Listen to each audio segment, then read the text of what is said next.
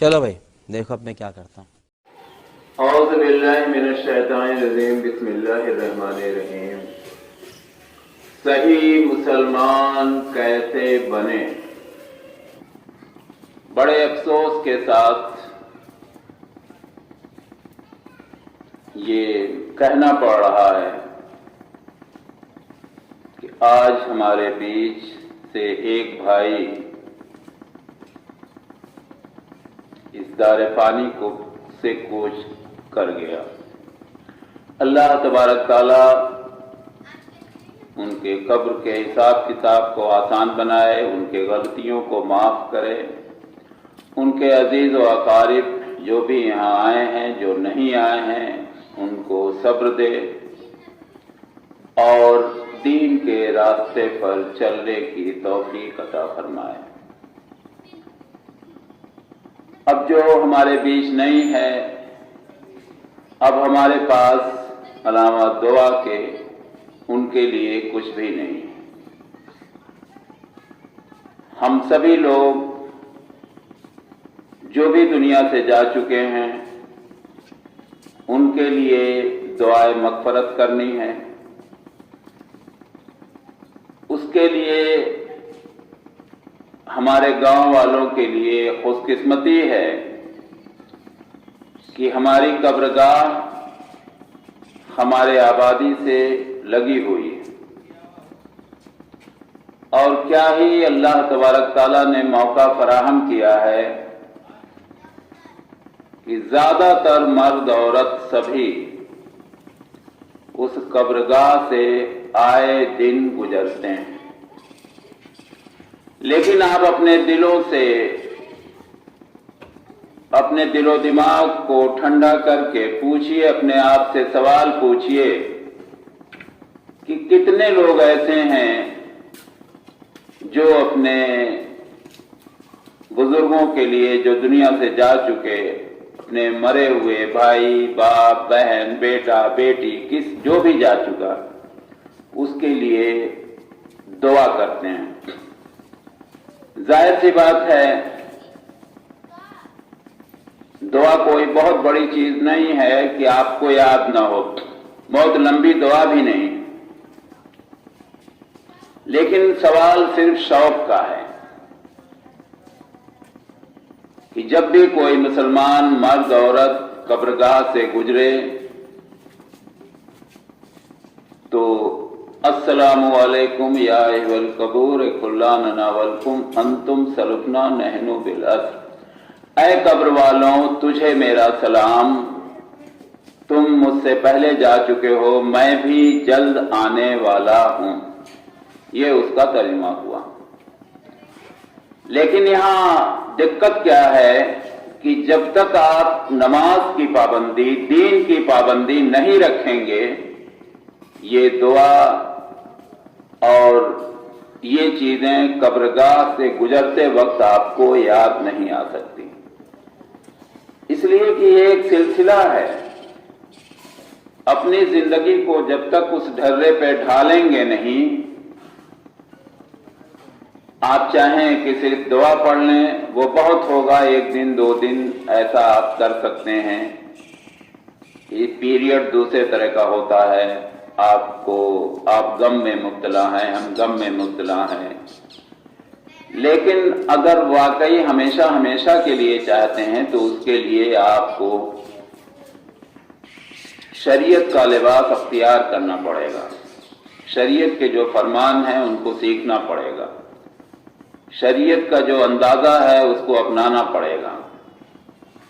سب سے پہلا وہ یہ ہے، ایمان کے بعد کسی مسلمان کو یہ زیب نہیں دیتا کہ وہ نماز نہ پڑھے.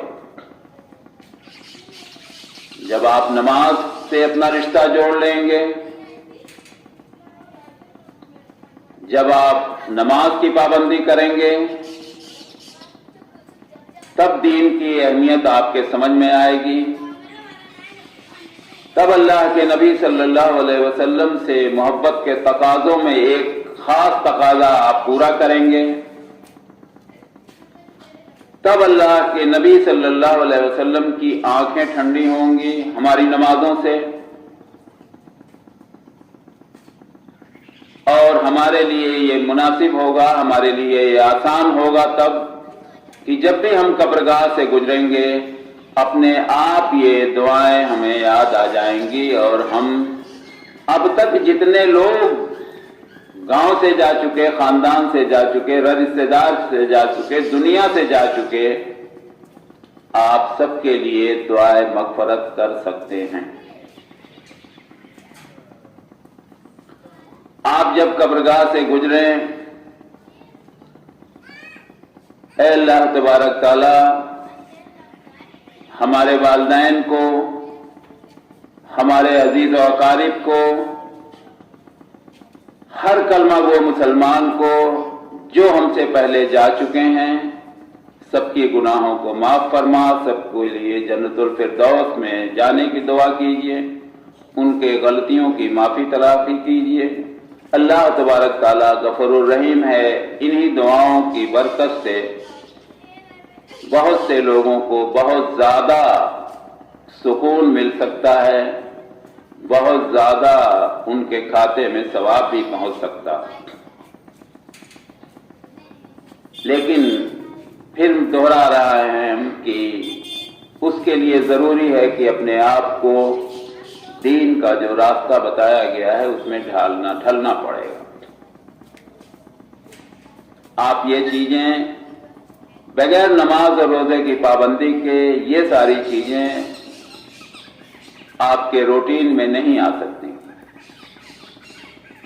آپ اپنے آپ سے سوال کیجئے، کوئی گھرانہ ایسا نہیں ہے جس کے وہاں کے 2 4 10 لوگ اس کی جانکاری میں دفن نہ ہوں، لیکن ایمانداری سے آپ اپنے آپ سے پوچھئے کہ کتنی بار ہماری زبان سے وہاں پہنچنے پر، قبرگاہ سے گزرنے پر دعائیں نکلتی۔ ہم کسی پر الزام تراشی نہیں کر رہے ہیں، لیکن یہ ایک کڑوی حقیقت ہے جو بعض وقت کہنی پڑتی ہے۔ ہم اپنے آپ سے پوچھیں کتنے بالغ مسلمان مرد عورت ہیں، خاص طور سے مرد حضرات، جن کو جنازے کی دعا یاد ہے، اور نہیں یاد ہے تو کیوں نہیں یاد ہے؟ یہ ذمہ داری ہماری آپ کی سب کی نہیں ہے۔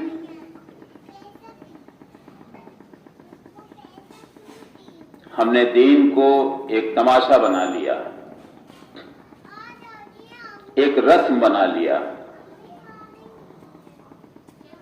ہمیں یہ شوق کبھی نہیں پیدا ہوتا کہ ہم اس کی اندرونی باتوں کو جانیں اور ذرا سا سیریس ہو کر سمجھنے کی کوشش کریں، ورنہ آج جو کام، یہ ساری چیزیں ایسی ہیں جیسے کسی کے وہاں میت ہوئی، جنازے کی نماز پڑھانے کا سب سے زیادہ حق رکھنے والے اس کے گھر والے ہیں، پھر اس کے بعد ان کے عزیز و اقارب ہیں، پھر اگر نہیں ان میں سے کوئی پڑھانے لائق ہے تب آپ عالم کو، فاضل کو، حافظ کو تلاش کیجئے۔ لیکن نہیں، چونکہ ہمیں تو پیچھے پڑھنے تک کا شعور نہیں ہے تو ہم پڑھائیں گے کیا؟ ابھی جن لوگوں نے 50 بار پڑھ چکی ہوگی جنازے کی نماز دوسرے کی، ان سے پوچھ لیجئے ایک کی کتنی تکبیریں ہیں، تو شاید وہ ان کی زبان لڑکھانے لگے۔ کیوں؟ کیونکہ ہم گئے، پڑھ لیے، پڑھنے کے بعد پھر جب دوسری میت ہوگی تو دیکھا جائے گا۔ یہ موت ہمیں آگاہ کر رہی ہے، یہ موت ہمیں سچیت کر رہی ہے، یہ موت ہمیں وارننگ دے رہی ہے کہ آج وہ بیچارے تو چلے گئے، ہمیں بھی اس کے لیے تیار رہنا چاہیے، اور تیار